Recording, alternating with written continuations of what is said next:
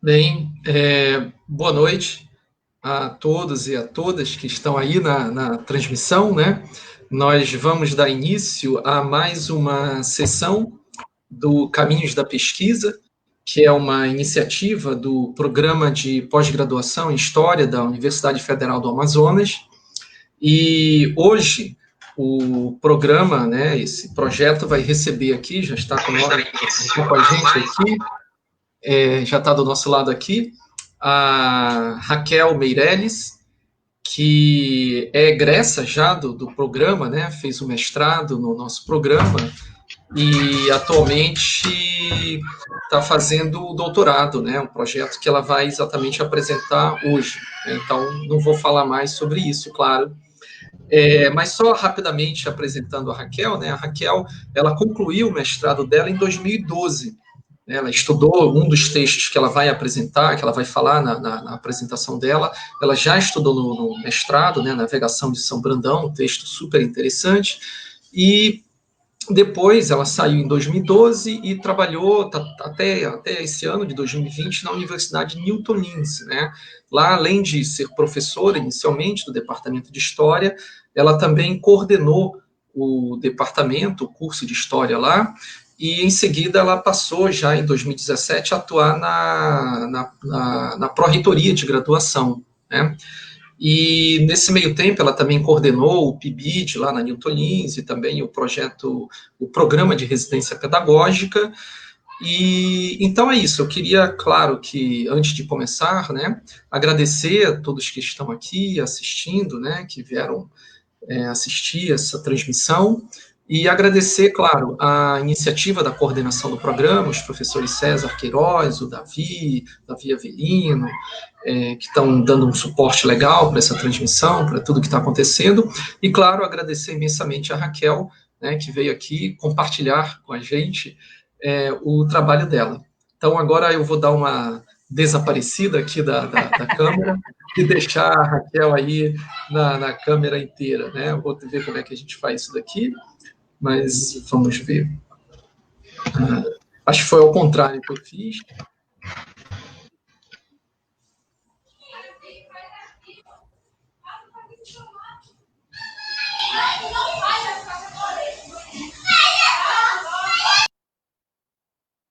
Ok. Boa tarde a todos e a todas que me ouvem, especialmente ao professor Silvio, que está aqui comigo, mediando essa conversa. É sempre um prazer compartilhar da presença do professor, que é meu orientador, foi meu orientador do mestrado e agora me orienta essa nova caminhada com o doutorado. E agora a gente vai passar, né, a falar um pouco do nosso projeto. Essa iniciativa do programa é extremamente importante, é sempre importante a gente estar em diálogo constante e falando, né, das nossas pesquisas, e nesse momento em que nós vivemos no nosso país e no mundo, um momento de pandemia, onde tantas vidas, né, aqui no Brasil têm sido ceifadas, tantos outros problemas nós temos enfrentado, é tão importante perceber que a pesquisa continua, né, que existem homens e mulheres, pesquisadores e pesquisadoras que continuam, né, mesmo com dificuldades, fazendo suas pesquisas, e para mim é muito bom, né, participar do programa de pós-graduação de História, um programa que eu já sou egressa, como falou o professor, eu sou aluna da graduação e da pós-graduação da UFAM, do curso de História, e agora, no doutorado, tenho a oportunidade de desenvolver, né, continuar desenvolvendo a pesquisa que eu iniciei no mestrado. Então, essa pesquisa que eu estou desenvolvendo nesse momento é uma pesquisa que, de certa forma, né, ela vem dar continuidade às reflexões que foram desenvolvidas por mim na dissertação de mestrado. Na época, né, quando nós estávamos ainda no mestrado, nós trabalhamos com uma narrativa que para nós era extremamente desconhecida, né, foi nos apresentada pelo meu orientador, professor Simval, e ao ler em primeira mão a história, né, de um religioso com o nome São Brandão, eu fiquei extremamente curiosa, extremamente instigada pela história, e aí fui me aproximando gradativamente do texto, ao ponto de propor, né, em 2010, um projeto para o doutorado que foi aprovado e defendido por mim em 2012. E o projeto, ele chamava-se A Vida como Viagem, a Navegação de São Brandão e a Busca do Paraíso. Na ocasião, nós nos debruçamos na análise do texto, da narrativa, e nos deparamos, né, com um ambiente extremamente rico de elementos da simbologia medieval, do que o Legoff chama do maravilhoso, né, do maravilhoso medieval. Então, nós fomos trabalhando, entendendo a estrutura da narrativa, tentando desvendar esses elementos, sempre na medida das nossas possibilidades, usando os referenciais bibliográficos, os autores referenciais, para nos aproximar desse tipo de fonte, que é tão rico em elementos, mas também que traz, assim, as suas idiosincrasias, né, as suas características próprias, né? Acho que a palavra melhor é isso, as suas características próprias. Então, o texto da navegação, ele é uma narrativa que é conhecida no Ocidente medieval, ficou conhecida, né, como narrativas que relatam viagens que homens fizeram em vida a lugares que nós chamamos hoje de lugares do sobrenatural, lugares que não fazem parte da nossa realidade física, né? Então, São Brandão é um religioso irlandês que é bastante conhecido, existe a figura histórica de São Brandão, nasce por volta do século V, ali na Irlanda, e ele vai ser convertido ao cristianismo, e dentro da sua história como religioso, né, no ambiente cristão, ele se torna um monge muito importante, né, um dos nomes desses monges irlandeses que vão viajar, né, levando o evangelho, ajudando na proclamação, né, do evangelho, do cristianismo pelo continente e por diversos lugares. E São Brandão realmente era um monge que tinha essa característica evangelizadora, né? Ele é conhecido como um monge viajador, né? Um navegador. Então, ele realmente existe a figura histórica, contudo, existe um texto que vai ser um dos textos mais conhecidos, ou as viagens mais conhecidas do São Brandão, que é justamente a viagem relatada no texto da navegação de São Brandão, que vai relatar o percurso que esse monge, que esse religioso vai fazer em busca do paraíso. O paraíso entendido como o Jardim do Éden, né, que teria sido vetada a entrada dos homens desde a expulsão de Adão e Eva, e que seria a terra da promissão, a terra da promessa, a terra onde aqueles que vivessem uma vida virtuosa encontrariam, né, delícias, riqueza, alegrias, felicidades. Então, existe todo um imaginário construído no Ocidente sobre a demanda do paraíso, sobre a questão da existência do paraíso terrestre, e essa é a temática da navegação de São Brandão. Quando nós analisamos o texto, é lógico que as nossas perguntas diziam respeito ao entendimento da mentalidade ou do imaginário que estava por trás daquele texto. Nós sabíamos que estávamos lidando com um texto ficcional, uma construção narrativa, e que mesmo que tivesse uma figura histórica comprovada, né, a sua existência por trás, a gente sabia que aquela viagem, assim como foi descrita, ela não aconteceu de fato, né, mas que a pergunta que nos movia não era a questão da natureza do texto, mas do que o texto trazia especificamente, né, dos elementos contidos nele, e por que um texto como esse vai ser tão conhecido, né? Existem, atualmente, mais de 100 manuscritos da Navegate. Muitos autores falam, né, que ele é um dos maiores best-sellers da Idade Média, que não haveria uma biblioteca de grande vulto, né, uma biblioteca importante no Ocidente que não tivesse um exemplar da navegação de São Brandão. Então, nós, a partir desses elementos que nos intrigávamos, fomos analisando o texto, buscando a entender a estrutura do texto e aquilo que fazia com que o texto tivesse sentido e fosse compreendido por sua sociedade. E aí, diante dessas indagações, nós nos deparamos com vários elementos simbólicos, como os animais, os números, as cores, a própria questão da peregrinação, né, que ele faz uma peregrinação, representando aquela ideia do homem viator, do homem em marcha, a ideia de que estamos que a humanidade, né, que o homem medieval está entre o aqui e o além, nessa peregrinação. Então, nós fomos estudando, identificando 7 elementos que compunham o quadro estrutural daquela narrativa. E aí, na época, eu me lembro de ficar muito curiosa, na verdade, a palavra não é curiosa, muito intrigada com a questão temporal da narrativa.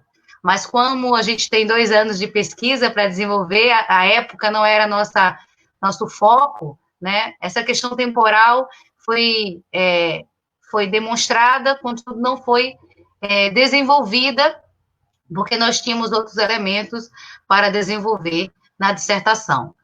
Então, daí, dessa leitura da dissertação, do desenvolvimento dessa leitura, dessa análise na época do mestrado, surgiu o projeto de doutorado, né, que recebe o nome Representações do Tempo em Relatos Medievais ao Além. A princípio, nós tínhamos listados 2 relatos, que era o próprio texto da navegação, e um texto novo, que era o Conto de Amaro, né, que é também uma narrativa da mesma demanda da navegação, com o mesmo tema. E após uma reformulação do projeto, ano passado, nós aderimos, né, nós acrescentamos um terceiro texto. Então, hoje, nosso foco está em analisar as representações de tempo presentes em 3 relatos medievais do além: a navegação de São Brandão, o conto de Amaro e a viagem à ilha de Solstício de um homem chamado Trezenzônio, né?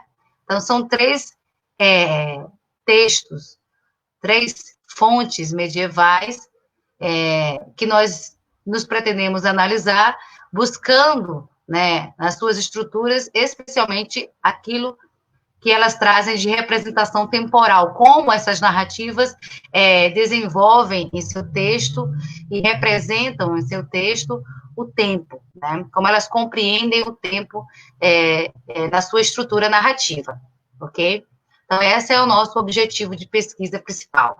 As 3 fontes, elas trazem, como eu falei, a questão da demanda do paraíso como fio condutor entre elas, né? E, além disso, a escolha das 3 fontes partiu também de uma aproximação com o medievo português, porque essas 3 fontes que serão analisadas agora no doutorado serão 3 códices encontrados nos fundos do mosteiro de Alcobaça, que é o mosteiro português da Ordem de Cister, né? Que teve uma importante biblioteca monacal, com importante produção e cópia de manuscritos, e dentre essa produção encontra-se esses 3 relatos, que têm os 3 a mesma característica, ou seja, eles apresentam o tema do paraíso, né, o tema da busca do paraíso, e eles apresentam também homens que em vida, ou seja, ainda em vida, não é um sonho, não é uma visão, não é uma experiência metafísica nesse sentido, né, de visão, de afastamento do corpo, como existem outras, como, por exemplo, a visão de Túndalo, né? Então, não, ela, as narrativas que nós iremos analisar, elas são narrativas de viagens ao além que esses personagens fizeram, nas narrativas são descritos, né, que eles fizeram pegando uma embarcação de maneira física, né, navegando pelo oceano em busca do paraíso, né? Então, as três narrativas, elas são viagens físicas, descritas como viagens físicas de homens que em vida chegaram a visitar lugares do além, né? O além medieval, que é esse lugar que é o contraponto, né, do aqui. O aqui é o aqui conhecido, físico, da realidade da sociedade, e o além é essas realidades que nós chamamos de sobrenaturais, como o paraíso, o inferno, né?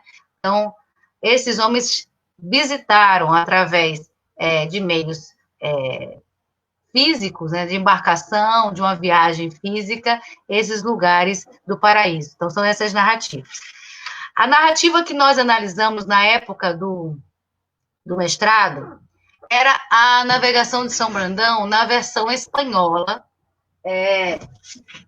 Essa versão aqui, a navegação de São Brandão, essa é uma versão espanhola do texto latino de Carl Selmer, tá? Então, aqui o Gonçalves, ele faz uma tradução do texto latino de Carl Selmer, que Carl Selmer publica, ele faz uma tradução em espanhol e publica, e foi essa a edição que nós trabalhamos à época do mestrado, para a dissertação. Agora, né, nós iremos nos debruçar na Navegatio, mas não mais agora na edição do Gonçalves, mas a edição que traz o Aires Augusto do Nascimento, no seu livro Navegação de São Brandão, nas fontes portuguesas medievais. Esse texto do doutor Aires, ele traz no anexo o Códice de Alcobaça, né? Ele faz uma descrição, né? Ele traz uma edição do texto do Códice de Alcobaça, da navegação, do Conto de Amaro, e também ele traz uma edição da viagem de Trezezônio, tá? Então, o texto da Navegatio que nós vamos analisar é o texto do Códice de Alcobaça, 380, escrito por volta do século XIV, é uma cópia feita no Mosteiro de Alcobaça por volta do século XIV, está na biblioteca, a original está na Biblioteca Nacional de Lisboa, tá? É um manuscrito da versão latina da Navegatio de Benedite, então ele traz algumas diferenças do texto do Carl Selmer, né, do texto estudado no mestrado, então ele traz algumas pequenas diferenças e está escrito em letra gótica, né, o texto da edição que nós vamos trabalhar está escrito em português arcaico, ok? O texto original, a fonte original, né, do Códice, lá em Portugal, na Biblioteca Nacional de Lisboa, está em letra gótica.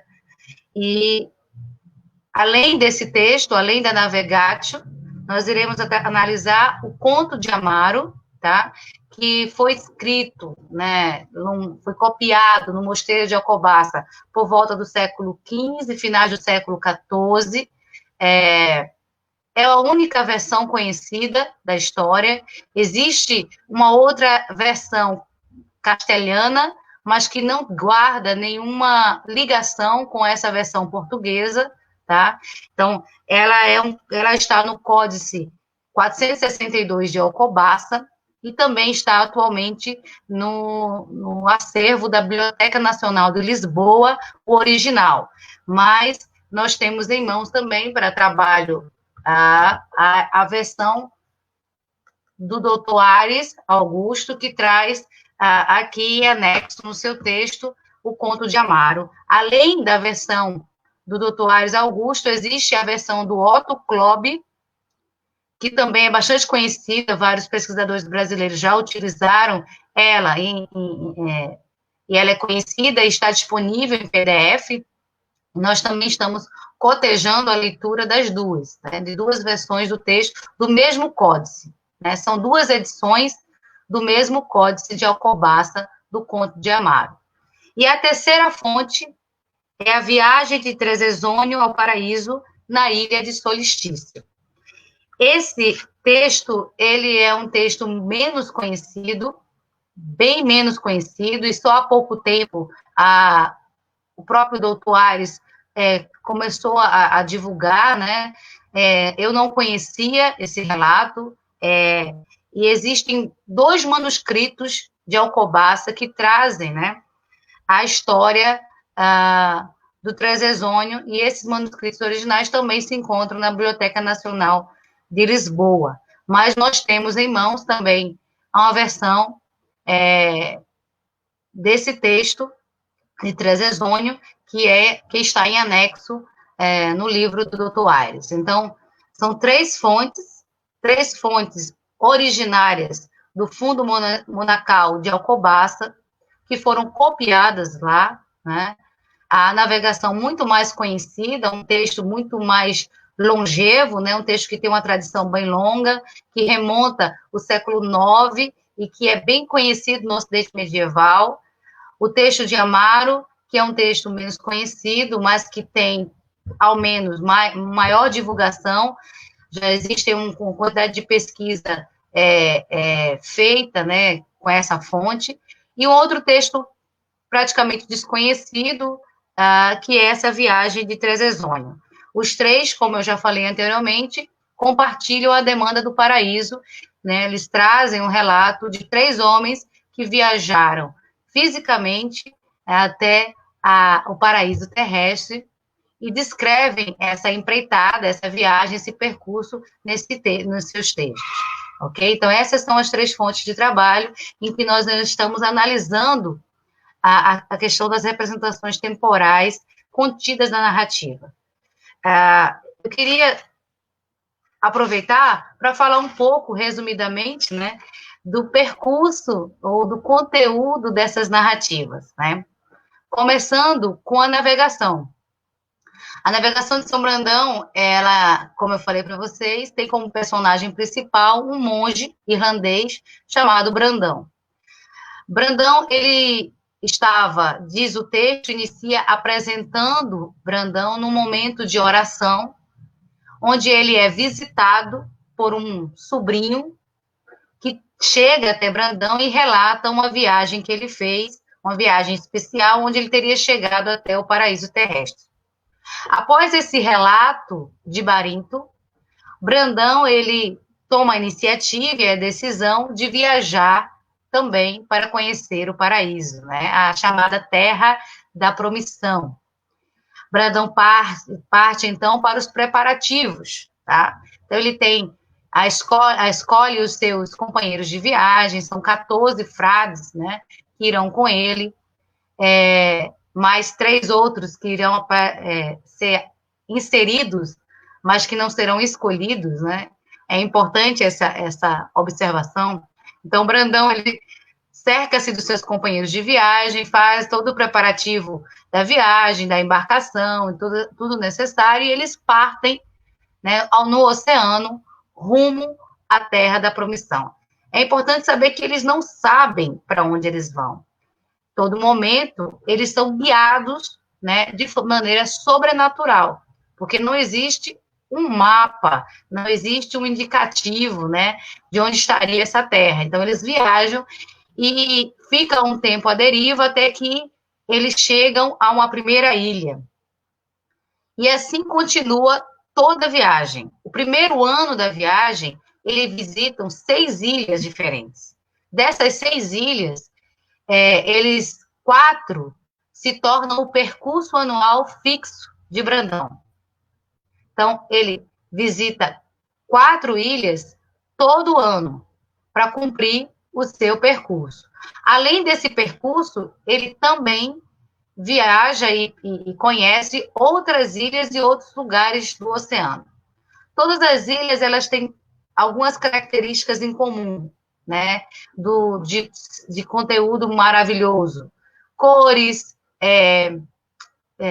tamanhos, então, todas as questões de coisas muito brancas, elementos de quantidade numérica extraordinária, então, todas essas questões estão presentes, né, em todas as ilhas que eles viajam, como, por exemplo, numa ilha onde ele vai passar um tempo e tem um monte de aves branquíssimas. Na outra ilha tem as ovelhas que são branquíssimas e em grande número. Então, isso são questões de simbologia muito importantes e que são recorrentes na narrativa.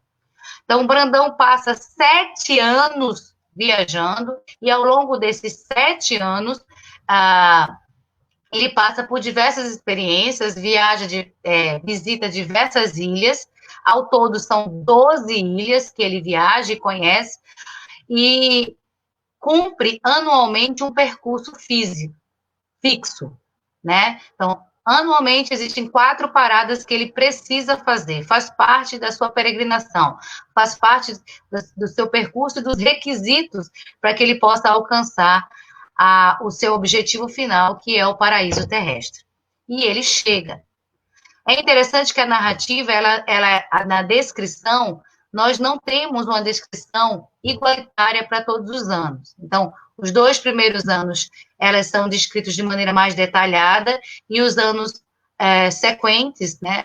Então, do 3º ano até o 6º ano, eu tenho uma descrição muito menos rica e menos detalhada do que nos outros, né? Nós sabemos que ele passa 7 anos a chegar ao paraíso, porque esses dados nos são dados pela narrativa, não porque necessariamente é descrito, né, isso de maneira cronológica ou linear no texto, tá bom? Então, essa é a navegação de São Brandão. Então, ele passa 7 anos até chegar ao paraíso, percorrendo diversas ilhas, que tem elementos maravilhosos e sobrenaturais, passando por perigos, por privações, até chegar ao paraíso, onde ele passa pouquíssimo tempo. Não se demora muito tempo e regressa à sua comunidade, relatando tudo o que aconteceu e morrendo, né, falecendo em seguida. Essa é a estrutura resumida, né, da história de São Brandão. Amaro, ele também, né, o conto do Amaro vai também falar de um homem que vai chegar ao paraíso por via marítima, conhecendo também diversas ilhas.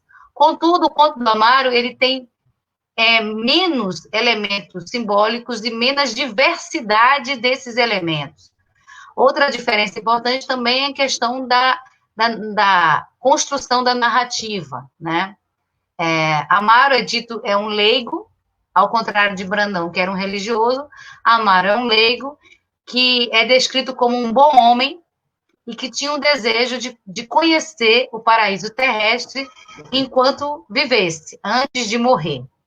Então, ele ora por isso, e ele ouve uma voz que diz que Deus atendeu o desejo dele, que ele poderia partir, e Deus iria guiá-lo até o paraíso.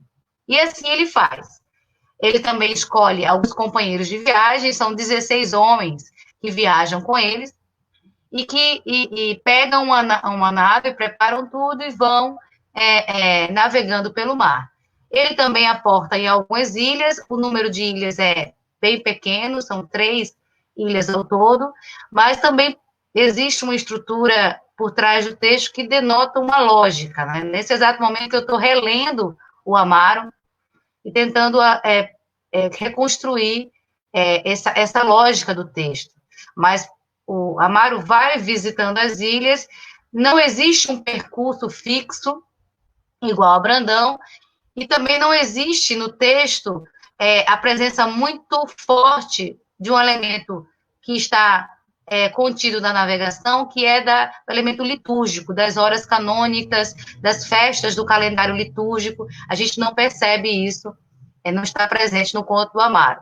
Contudo, ele tem um percurso e ele chega até o paraíso terrestre, ficando também por lá. O paraíso terrestre é descrito como um castelo fortificado, e ele não pode entrar no castelo, porque lá só podia entrar depois que morresse. E aí ele é permitido a ele apenas visualizar o porteiro, né? Abre a porta e deixa ele ver um pouco esse tempo que ele passa vendo. Para ele é um tempo que parece pouco, mas que na verdade dura 270 e poucos anos em que ele está ali vendo, né? Então essa questão da percepção do tempo que a narrativa coloca como uma percepção de tempo que no paraíso é uma percepção de tempo diferente, né? O tempo se dilata de maneira, se estende de maneira diferente. Amaro também volta, também regressa à sua terra natal e depois de um tempo também acaba falecendo, né? Após construir uma cidade com a terra que ele traz lá do paraíso terrestre. Então, assim, nós encontramos alguns elementos que ligam, né?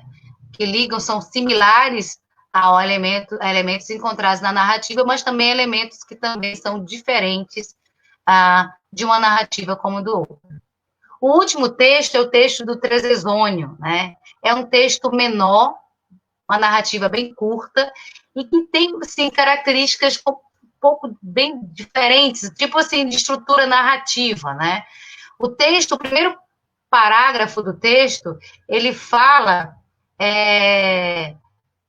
para o leitor que ele vai relatar, que ele vai contar a história, mas que ele não vai falar muitos detalhes do que ele passou, porque seria impossível, porque ele não teria tempo suficiente para falar de tudo quanto ele viu. Então, ele já alerta no primeiro parágrafo ao ouvinte de que ele vai fazer um resumo dentro do possível, né? Dentro daquilo que é possível relatar, porque existe também a questão da dificuldade de tempo, ele não teria tempo suficiente para contar tudo, e também ele não teria palavras suficientes, porque ele fala que muitas coisas são inenarráveis, ou seja, não é possível descrever, não é possível dizer através do texto, né, narrativo.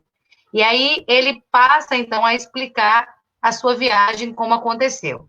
Diz ele que a época da invasão da terra dele, lá teve uma invasão pelos israelitas, que nós sabemos, os estudiosos apontam que são os árabes, então houve uma invasão nas cidades da Galiza pelos israelitas, e na ocasião dessa invasão, ele sai andando, né, ele sai andando sem rumo, sem objetivo, sem alvo, ele sai andando pelas terras da Galiza, não encontrando ninguém, não encontrando nada, e ele sai andando até que ele chega até o farol Brigantino, que os autores falam também que é identificado com a Torre de Hércules, que fica na Corunha.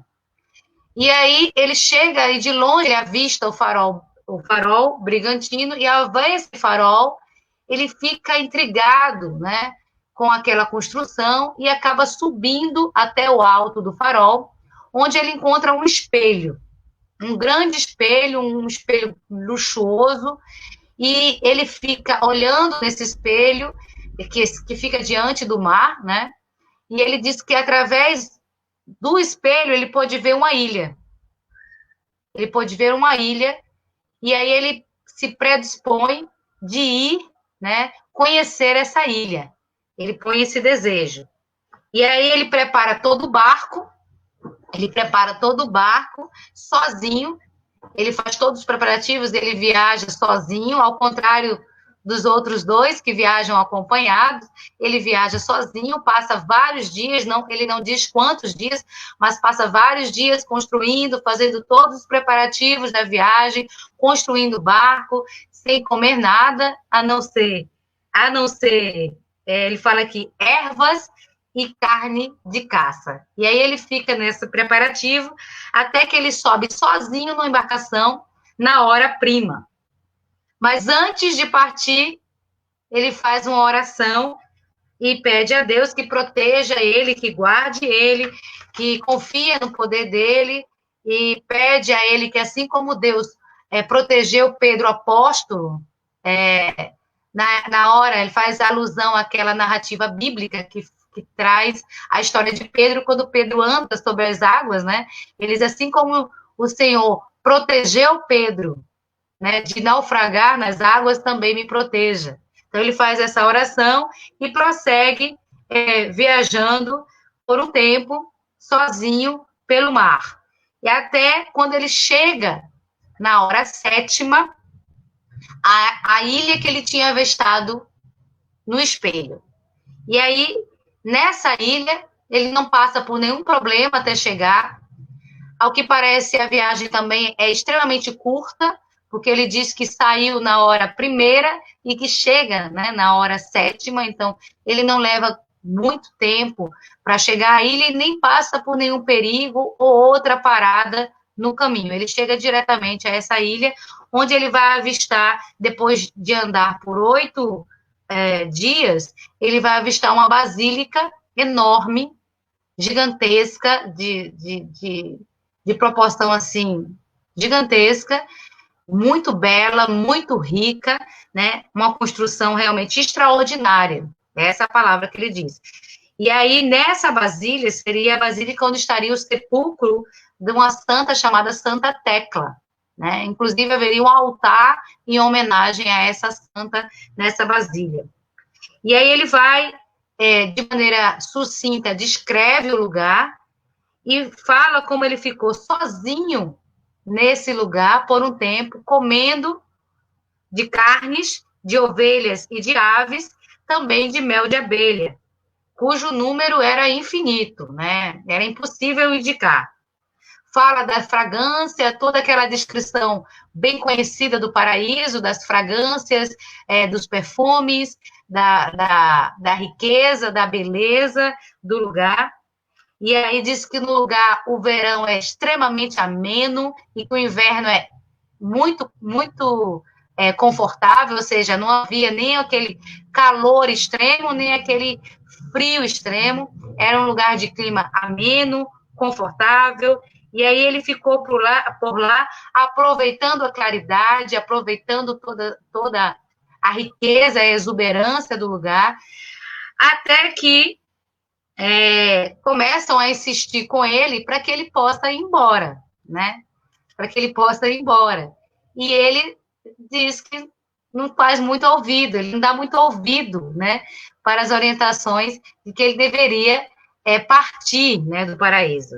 E, em detrimento a isso, diz o texto, que ele vai ser castigado com lepra, sendo depois curado pelo Senhor, né, da lepra, e a partir desse momento ele decide, né, ele acaba cedendo e partindo do lugar, levando consigo alguns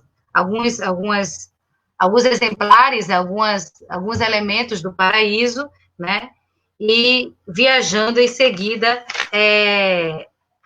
para sua casa. O texto, como eu falei, ele é bem menor, a narrativa é menor do que as outras e também traz menos detalhes do percurso. Na verdade, o percurso é extremamente rápido e ele, ao contrário de São Brandão e de Amaro, não passa por nenhum perigo, por nenhum contratempo antes de chegar ao paraíso, né? Ele descreve o paraíso como uma basílica, uma construção. Amaro descreve o paraíso como tendo um castelo murado, e Brandão como uma ilha, né?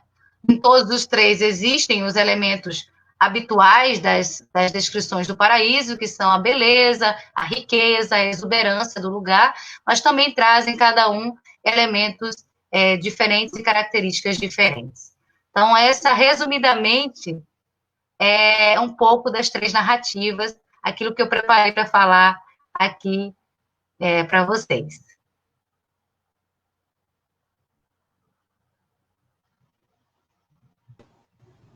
Bem, obrigado, Raquel. Então, acho que as pessoas que estão assistindo já estão a par, né, de como funciona. Se as pessoas tiverem alguma pergunta, podem escrever, né, que ela aparece numa janela de diálogo que tem aqui do lado. E, bom, enquanto isso, de repente, eu já poderia te fazer uma pergunta, enquanto aparecem perguntas, mas é uma coisa que eu fiquei pensando, na verdade já pensei isso outras vezes, né, com relação ao teu trabalho, quer dizer, não é tanto um pensamento, é mais uma lembrança, né, que eu posso transformar em questão, que quando tu começaste a fazer o teu trabalho de mestrado, né, a estudar o São Brandão, tu tinhas feito um trabalho de PIBIC, muito interessante, por sinal, com a professora Patrícia, a Patrícia Mello, né? Uma época nós tínhamos 3 Patrícias no departamento, né? Agora tem 2. Mas então, foi com a Patrícia Mello, e foi um trabalho muito legal, que tu estudaste alguns viajantes, né, que percorreram aqui os Solimões, né, no 19, e o negro também, porque tinha o Wallace, né, também, o casal Agassiz, né, o Spix e o Marcius, enfim. Mas uma coisa que, então, quer dizer, quando tu escolheste trabalhar com São Brandão, já tinha tinha uma ligação com o trabalho anterior, né, quer dizer, tu já tinha interesse pelos relatos de viagem. Mas num determinado momento do trabalho, não sei se tu vais te lembrar, ele foi muito desconcertante para ti, né? De certa forma, para mim, eu nunca tinha estudado um relato de viagem também medieval, porque os dados descritos, assim como também a construção do relato, né? Quer dizer, daí eu acho que veio o teu doutorado de agora, né? Quer dizer, a maneira como o tempo era narrado, parecia que era uma viagem assim que não tinha, parecia que não fazia muito sentido o relato, né? E então, quer dizer, foi um momento desconcertante assim da tua pesquisa, do teu estudo. Acho que ao mesmo tempo ele digamos assim, eu acho que esses momentos de desconcerto são os momentos em que a história acontece, né?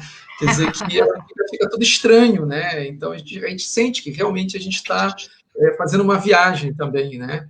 Em outro momento, em outro lugar, numa coisa que num lugar que é estranho para nós, né? Mas então eu queria que tu falasses, quer dizer, se tu te lembras um pouco, porque daí também que veio, eu acho que a resolução, né, da tua pesquisa, ainda falando do mestrado, né? Quer dizer, daí que sempre tem um momento também da pesquisa, acho que todo mundo passa por essa experiência, que você sabe mais ou menos o que quer fazer, mas não sabe também, né? Quer dizer, vai dar em alguma coisa, o que eu quero, o que eu estou querendo falar, na verdade, né? Mas enfim, mas foi exatamente desse desconcerto que nasceu exatamente que a pesquisa se encaminhou para um objetivo bem claro, né? Que era descrever, como tu falaste, a viagem, mas acho que foi um pouco mais do que isso também, foi entender uma lógica diferente, né? Uma lógica diferente com relação à nossa, né? Então, se tu puderes falar um pouco sobre isso, então eu vou te agradecer bastante. Certo.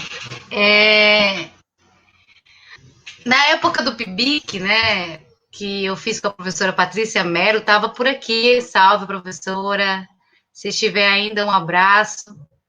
Quem eu tenho muita gratidão. Na época da graduação, eu fiz um PIBIC orientada pela professora Patrícia Mello, onde nós trabalhávamos, né, com 4 narrativas de viagem de naturalistas viajantes que percorreram a Calha dos Solimões, né, o Rio Solimões, no século XIX.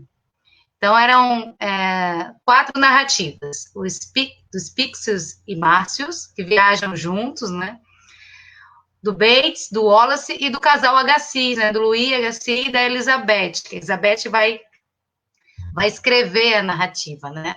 Então, nós estudamos e desenvolvemos, né, durante um ano essa pesquisa, que tinha como o título Olhos nas Margens, Populações Indígenas de Solimões em Relatos de Viagens Oitocentistas. Então, é um título bonito, né, típico da professora Patrícia. E aí nós desenvolvemos, logicamente, nós éramos apenas uma aluna da graduação, foi minha primeira experiência de pesquisa, mas essa a leitura nessas narrativas de viagens foram de extrema significância, não só pela pesquisa em si, mas pela experiência enquanto historiadora, pesquisadora, tendo a primeira fonte nas minhas mãos, né?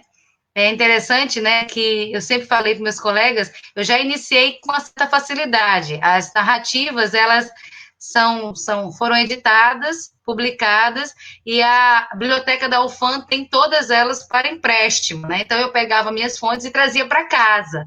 Tem gente que precisa ir até as fontes, né?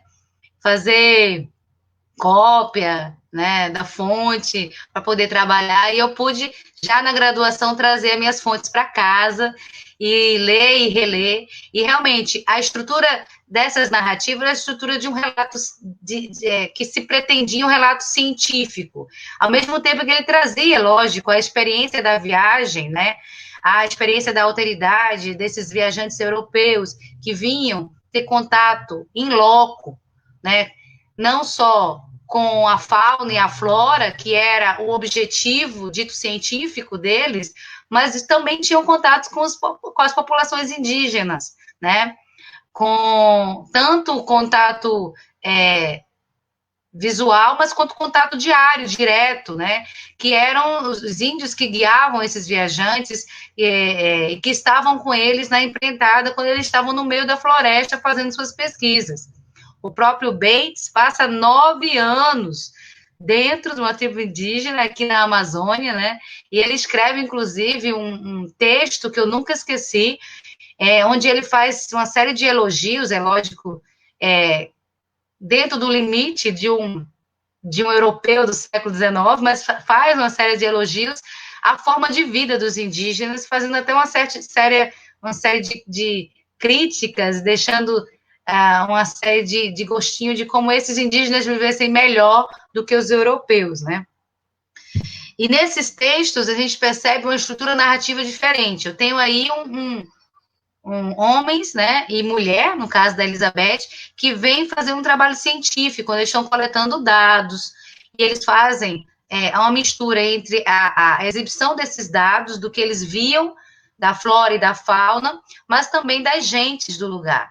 E aí os relatos deles eram relatos tipo diário de viagem, né, organizados numa cronologia mais lógica para nós, né, filhos da modernidade, do que os relatos que eu trabalhei, né, o relato de Brandão no mestrado e agora no doutorado.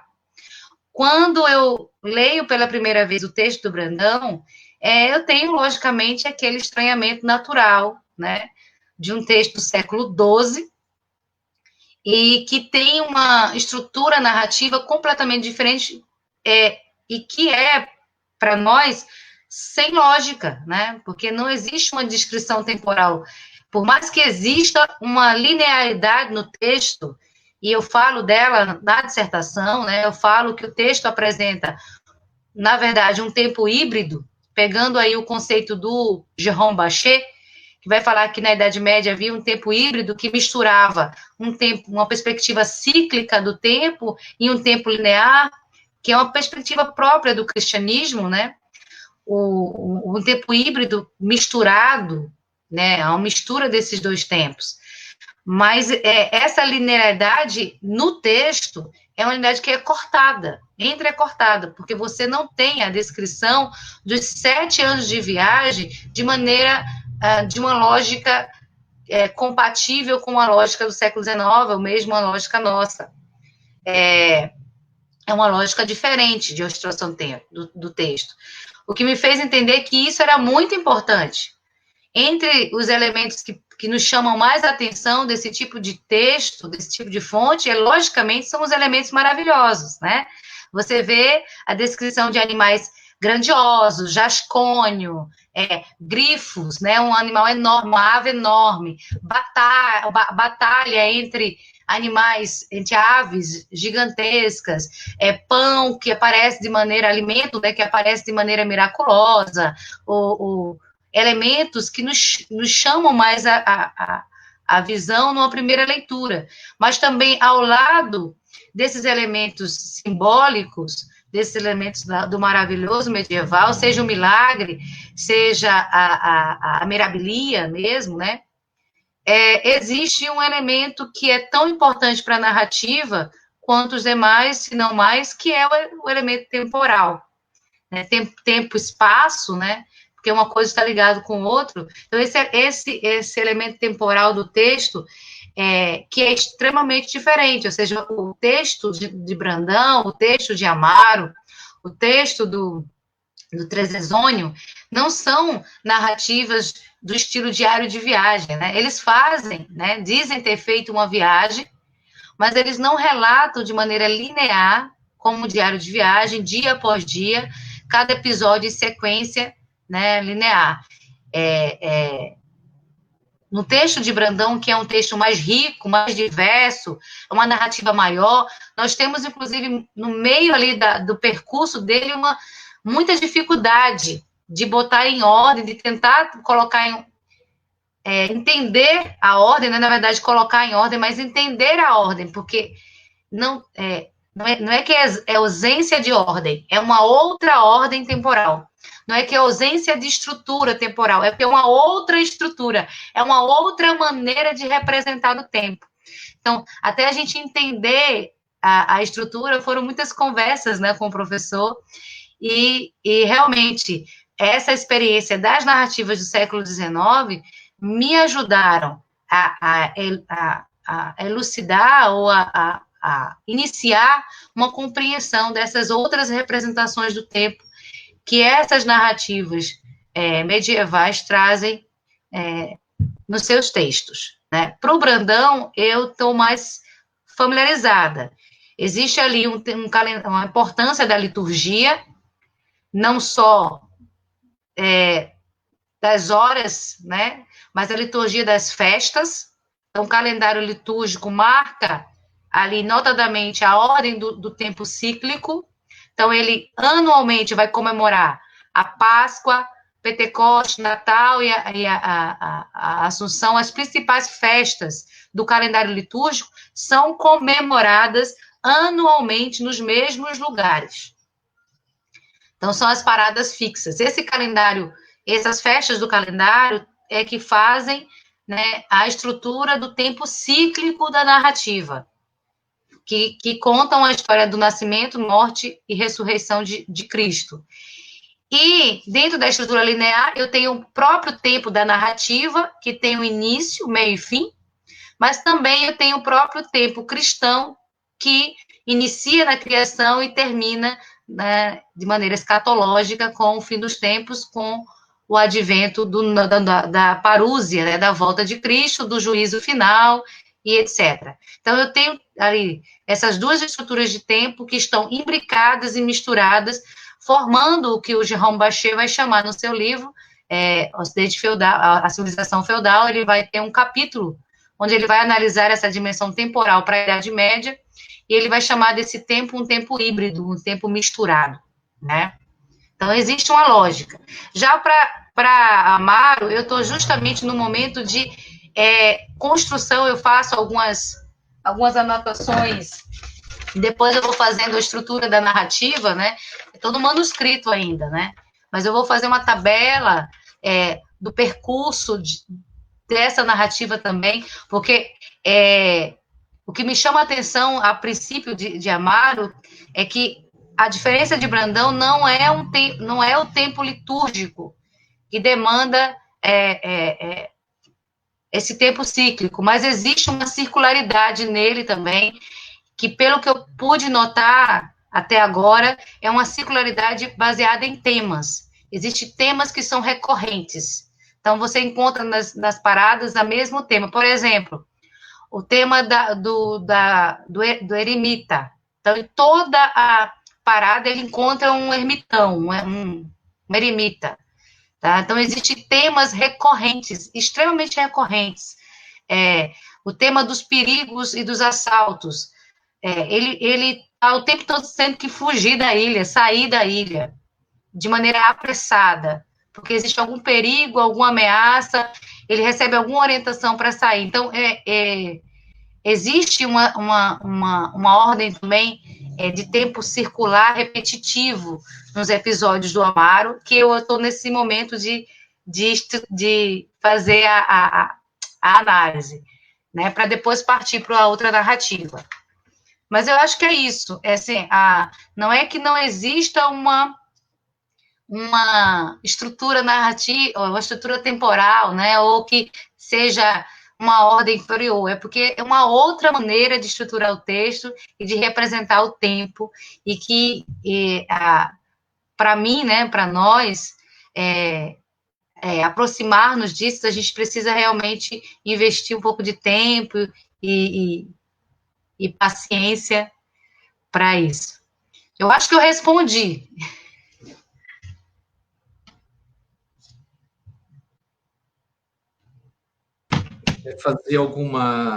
Colocar alguma questão, alguma observação, né? A gente já está aqui com quase 1 hora de transmissão, mas, bom, se alguém quiser fazer uma pergunta, a Raquel, tranquilo, se não, tranquilo também, né? E Bom, eu acho que eu vou fazer só mais uma perguntinha, acho que vai ser a última já pelo tempo. Quer dizer, mas se alguém fizer alguma pergunta, claro, eu até cancelo a minha, né? Mas isso aqui é curiosidade mesmo, porque a gente está quer dizer, tu estás numa fase muito inicial da pesquisa, né? A gente praticamente pouco conversou também sobre os desdobramentos.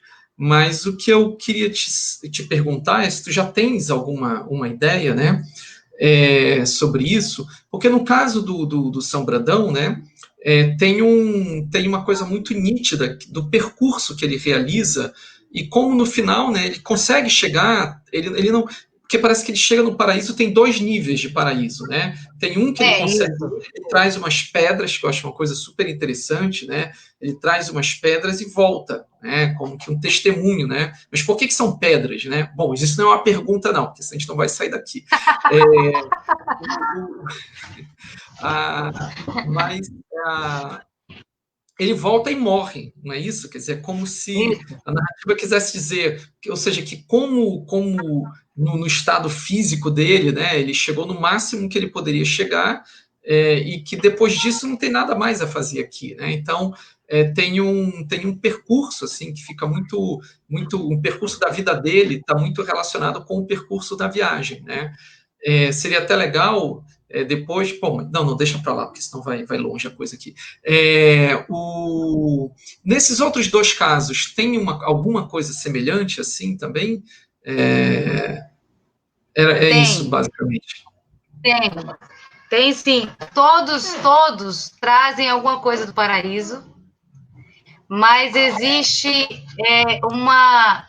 em Brandão, o que ele traz, a narrativa não diz qual é o fim.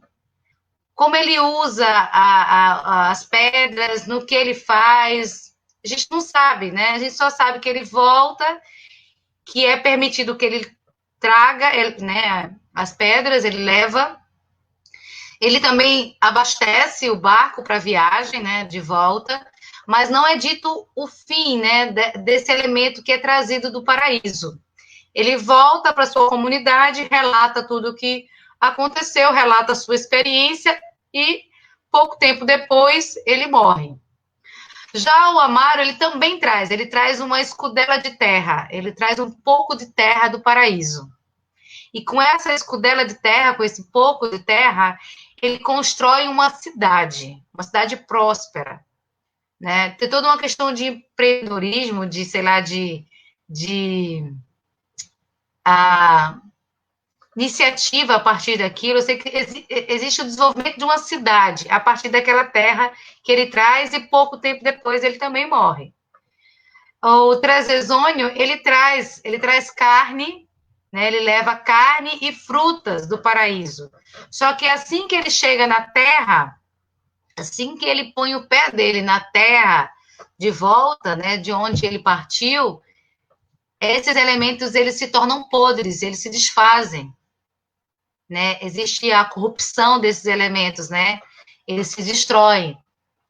E também não é dito no texto da morte dele, né? Não é falado. Então, essa é uma ausência dessa informação. Né? O texto termina só falando que os elementos que ele trouxe, né, acabam se corrompendo e que ele volta à sua cidade, lá na Galiza, e ele vai procurar o abade do lugar, né, o líder religioso do lugar, para relatar a sua experiência. Tá? Então, são essas as similitudes. Todos os três trazem alguma coisa do paraíso. Brandão, a gente não sabe o que é feito, né? Do que ele traz. A Amaro pega um pouco de terra e dessa terra diz que se desenvolve uma cidade grande. E Tesezônio, quando ele chega, as frutas e as carnes que ele traz do paraíso se estragam. Né? Ele não consegue fazer uso delas, porque elas se estragam. Então, são essas as similitudes. Todos os três trazem alguma coisa. Uhum. Legal, Raquel. Obrigado. E, bom, então acho que a gente vai ficando por aqui. Quando vai ser a próxima transmissão? É toda terça-feira, né? Terça-feira, toda terça-feira às 18 horas. Na próxima 18 terça-feira é a horas. Luciane, toda terça-feira às 18 horas. Ah, legal. Então, bom, a gente vai agradecendo, né, a presença de todos e todas que estavam aqui, né, que estão aqui ainda. E então, deixando o convite para a próxima terça-feira. E agora, desejando boa noite a todo mundo, que todo mundo permaneça, né, e fique bem. E até a semana que vem. A gente vai encerrar, então, a transmissão, né? Ok. E Obrigada, então, professor. um tchau para todo mundo. Não sei se a Raquel quer falar alguma coisa para Não, finalizar. Melhor finalizar com a Raquel. só agradecer mesmo, compartilhar o agradecimento aí com o professor Simbal, primeiro ao professor que está aqui mediando, ao programa pela iniciativa desse projeto, a todos os meus colegas da turma 2019 que estão participando aí toda terça-feira, parabenizar a todos que já participaram, e eu tenho certeza que os próximos também serão excelentes apresentações, e agradecer aos ouvintes, os espectadores aí da live. Muito obrigada a todos e uma excelente noite a todos. Bom, então vamos lá. Tchau a todo mundo. Vamos sair então.